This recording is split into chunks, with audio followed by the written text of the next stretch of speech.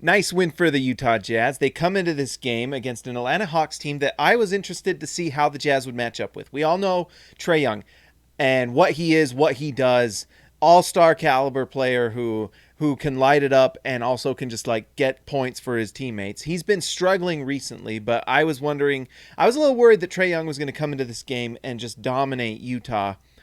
Because Utah has really struggled to kind of guard some of these high scoring perimeter players, mostly guards, really. You know, because Donovan Mitchell's defense this season has not been as nice as you would have liked it to be. But he had some nice moments tonight, at least a steal or two. But just talking about the Hawks, can I just tell you guys, Hawks fans, and let me know in the comments your thoughts on what I say here. But can you please give the Jazz John Collins? If you're not going to sign him to a big contract, I would love for Utah to do that. Could you please trade him to the Utah Jazz? Because he's really, really good. He's really, really good. Like, I don't know why the Hawks have not re-signed John Collins. It makes no sense to me. I know he's not a defensive monster, but offensively, he's fantastic. His ability to shoot the three at like a 40% clip, his ability to get buckets from the post. I mean, he's a mid-range shooter as well, so he can score at all three levels. And then he's a lob threat because he's super athletic and will just dunk the ball on anybody. This guy is amazing. And even tonight, they went small and had him playing center and doing some spot center time to try to catch up when the Jazz were routing the Hawks in the third quarter. He's just a really versatile offensive player. I don't know how good he'll ever be on defense, but man, offensively, he's interesting, athletic, strong. I just like him. And he was born in Utah. So can you trade the Jazz, John Collins, please? I would appreciate that. Let me know who you would like the Jazz to give you in the comments if you're willing to do that, because I covet John Collins. He's really good. Tonight, Trey Young was not very good. He's really struggled. And some of that is because he's just having struggles this season. His three-point shooting's a little below 30% for the year. But also, Utah went into this game with a game plan of double teaming him to get the ball out of his hands and to get it into the other players. And there were times where it even created turnovers and things like that. The Jazz just got him out of his rhythm, and they really, it really messed him up. And a player who's slumping like Trey Young, to get him out of his rhythm, there was just no way he was going to get on track. And I don't know if he's dealing with some sort of nagging injury or something like that, but tonight he just didn't have it. His stats tonight really not good. Trey Young tonight 1 for 11 from the field, 0 for 10 from 3. He was a minus 17. He was not good. He did have 7 assists to his credit, so that's nice. Set up some Capella shots and things like that, John Collins. But he struggled to shoot the ball, and when he's not able to shoot the ball, his size on the defensive end makes him a liability. So for Hawks fans, when Trey Young is great, it's fun and they're an elite offense. When he's not, it's rough because the defense is just not good enough, and he just doesn't do enough on the offensive end to make up for that loss on the other side. So rough stuff for Trey Young. Let me know what you think of DeAndre Hunter. He's one of those guys. I need to watch the Hawks more and just get a better idea of who he is. 6 for 13 from the field. Jury's still out for me on him. Cam Reddish, I like Cam Reddish.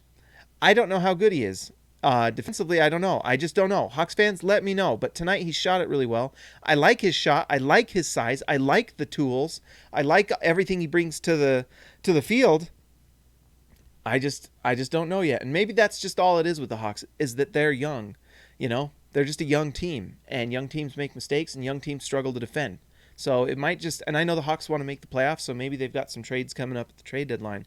We'll see what happens. For Utah, lots of things to be happy about. One, Donovan Mitchell was just a beast tonight. Absolutely a monster. This score was bad, and Utah really routed them at the end, but there were times where it was close, and you had Donovan Mitchell hitting big shot after big shot when it really mattered.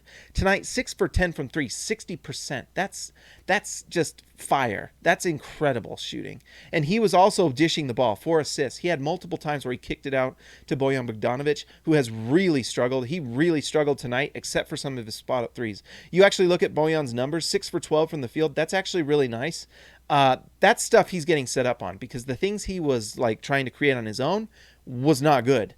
So the more you can set Bojan up with playmaking from Donovan Mitchell, Royce ONeil, and Mike Conley, the better. Royce ONeil, by the way, he's become a really nice player. His playmaking and his ability to dish the ball tonight, 6 rebounds, 5 assists for Royce, and 7 points. I mean, he's putting up like a 666 stat line every night. That's weird. I didn't even think about that. The Dragon, we should call him because of the stat line. I hope he doesn't average that, by the way.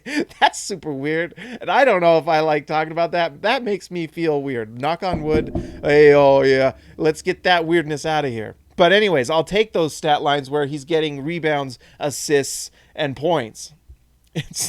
That's actually really crazy. But anyways, Royce ONeil's passing, shooting, rebounding is just become really incredible, and it's fun to watch, and he moves the ball, and I did not expect Royce ONeil to become this playmaker on offense. And we know that he's a good defensive player, and his rebounding has increased this year. So Royce ONeil has kind of become that power forward Utah has always wanted. So maybe Utah doesn't really need John Collins. Just have Royce ONeil play that position, and maybe Utah can find ways to improve along the edges or in other ways. What can you say about Mike Conley? Mike Conley has been one of the top players in the league as far as advanced analytics, and just statistically, he has been dominant, and he has just figured out how to play with Rudy Gobert. He knows how to take those picks from Rudy and get open threes and make them. And he is playmaking. He's hitting shots. He looks comfortable. This looks very sustainable because he's not playing a ton of minutes, and it's not like super physical. Tonight, 27 minutes for Mike Conley, and in that time, 15 points, 8 assists, 4 steals for Mike Conley. How about that? And 4 rebounds. He's just playing out of his mind. Him and Donovan Mitchell, right now are one of the best backcourts in the NBA, and no one's talking about it. They're playing so well, and four-game win streak tells you everything you need to know. Rudy Gobert had a nice bounce-back night. That free throw shooting from him is still a little worrisome. 3 for 6 from the free throw line, but I guess you'll take it. I wish he would just get better at that, because Rudy, that's one of the quietly good things about Rudy that, people didn't really talk about a lot, is he's a 60 to 65% free throw shooter, at times close to 70. And that's where a lot of offensive efficiency comes from him. So he needs to get that back up. Rudy needs to be making 60 to 70% of his free throws. And he will, because he's done it before. We know he can. For some reason, he's been slumping. But he'll get better. As soon as he does, that'll be fantastic. Derek Favors backing up Rudy has been just so good this year. You can't say enough about how good that has been. And the upgrade from Tony Bradley to Derek Favors is the reason that Utah is one of the top 2 teams in the Western Conference. Straight up. Jordan Clarkson had a really rough first half, and it's crazy how he ended up with 15 points because his first half was rough. But then the second half, he just exploded, and that was part of why the Jazz went up by 30. And that's Jordan Clarkson. He's 6th man of the year. It's not close. He's been amazing. And Utah really did well tonight with a struggling Bojan, a struggling Jordan Clarkson, and they still won this game pretty easily. When Bojan, Jordan Clarkson, Mike Conley, Donovan Mitchell are all playing at their peak, which it's looking like they're figuring it out. Whoo! Offensively, they look exciting. They look very exciting. Guys, that's all I got to say tonight. Make sure you like and subscribe to the channel. We'll be doing live chats. I didn't do one tonight because my internet speed was really slow, and I know I get some complaints. So we did an old school upload. Hope you're okay with that. But guess what? Membership's coming soon. Soon. They will be soon, and they will be fun. Guys, like and subscribe. Hit the bell. I will talk to you later with the frequency.